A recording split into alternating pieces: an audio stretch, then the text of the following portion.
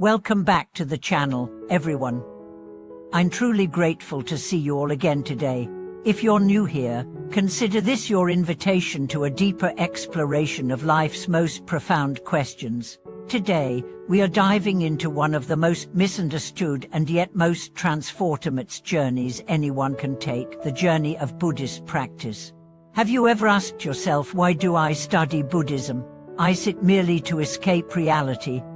Or is it to discover a deeper truth that can fundamentally transform our lives? Stay with me, because what we are about to unfold might just change your entire perspective on life, suffering, and awakening. We live in a world that constantly pulls us in all directions: work stress, family tensions, emotional emptiness, and existential anxiety. Many people come to Buddhism hoping to find relief, a mental refuge, or some form of spiritual solace, and that's understandable. But as we walk further on this path, we begin to see that Buddhism offers much more than temporary comfort. It offers a radical transformation of how we understand ourselves, our suffering, and ultimately, our existence.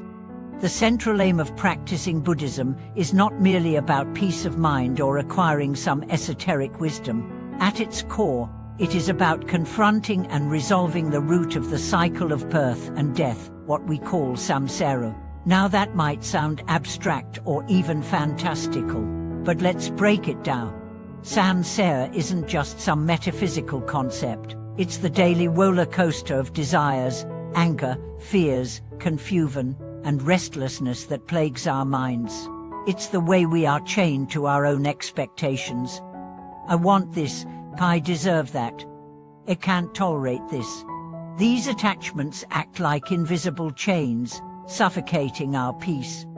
What Buddhism teaches is how to break free from these chains, not by abandoning life, but by diving deeper into it. It teaches us to transform suffering into wisdom and struggle into compassion. Let me tell you a true story. There was a young mother who hit rock bottom.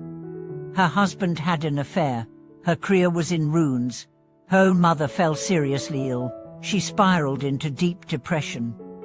One day, she wandered into a temple, her face hollow from grief. A compassionate monk told her, Buddhism cannot change what has already happened, but it can change the way you see it. She began by reciting a simple chant, an Om Eva Lokitsvaras, every day. Over time, her heart found stillness. She stopped fighting the past and learned to accept, to let go, and to transform. Eventually, she became a hospice volunteer, using her own past suffering to comfort the dying. That's the power of Buddhist practice. It doesn't suppress your emotions, it reveals their nature so you can stop being enslaved by them. There's a saying in Buddhism, the Dharma is not outside the mind. That means all your suffering originates in your own consciousness. If you can observe the mind and understand its illusions, you can remove the root of your pain. Another foundational teaching is the law of karma, cause and effect. And no, it's not about fatalism. Karma is not a prison, it's a promise. It tells you the life you have now is shaped by past actions. But more importantly, your future is being shaped by your current intentions and choices. Made mistakes in the past, that's okay. The moment you decide to change and live mindfully, you've already started planting new seeds for a brighter future. There was a man addicted to drugs who turned his life around after discovering Buddhism. Not only did he recover, he began teaching Buddhist principles in prison. He said, I used to think Buddhism was for the weak or old. Now I realize real courage is facing your own darkness and rising above it. Every one of us is like a seed. The soul may be rough, the past may be painful, but with the right care, sunlight, water, and nourishment, every seed can bloom. Buddhism is that sunlight. It's the gentle rain.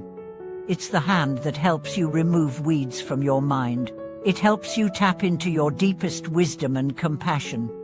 Many people start Buddhism looking for protection, for love, for wealth. That's okay. The Buddha himself said, lure them with what they desire, then let them to wisdom. But if we stop at asking, we are just using Buddhism like a vending machine.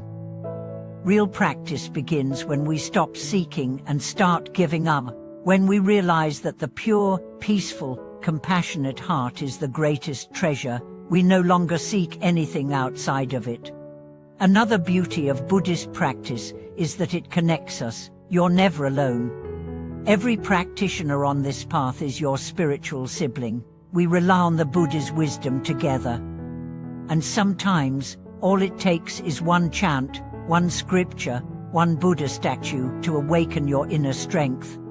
I once saw an 80-year-old man at a Buddhist gathering. He clutched his prayer beads, as glistening with tears, reciting Amitabha Buddha. He said, "In my youth, I chased money and love. Now I see that the only thing that never abandoned me was the Dharma." I'll never forget that. Ultimately, practicing Buddhism means becoming a person of true compassion, true wisdom, and true freedom. You no longer regret the past, struggle with the present, or fear the future. You understand impermanence, so you don't cling. You understand karma, so you don't blame. You understand emptiness, so you don't fear. These three understandings are the greatest gifts Buddhism offers. We are taught from childhood to try harder, but rarely to let go. We are taught that success means control, not that true freedom comes from surrender. We are told life is short, but not that life continues through cycles. Buddhism brings these deeper truths into light and helps us live with purpose. And now I invite you, what is it you're still holding on to? What fear or memory or desire binds you? Could it be time to look deeper? Buddhist practice is not about renouncing life. It's about transforming it. It's not about superstition, it's about supreme wisdom, and it's open to everyone, regardless of age, background, or belief. You don't need to become a monk or spend hours meditating on a mountain. You simply need to start watching your mind, watching your actions, and aligning your heart with truth and compassion. Thank you so much for watching this video. I hope it gave you not only food for thought, but also strength for your path.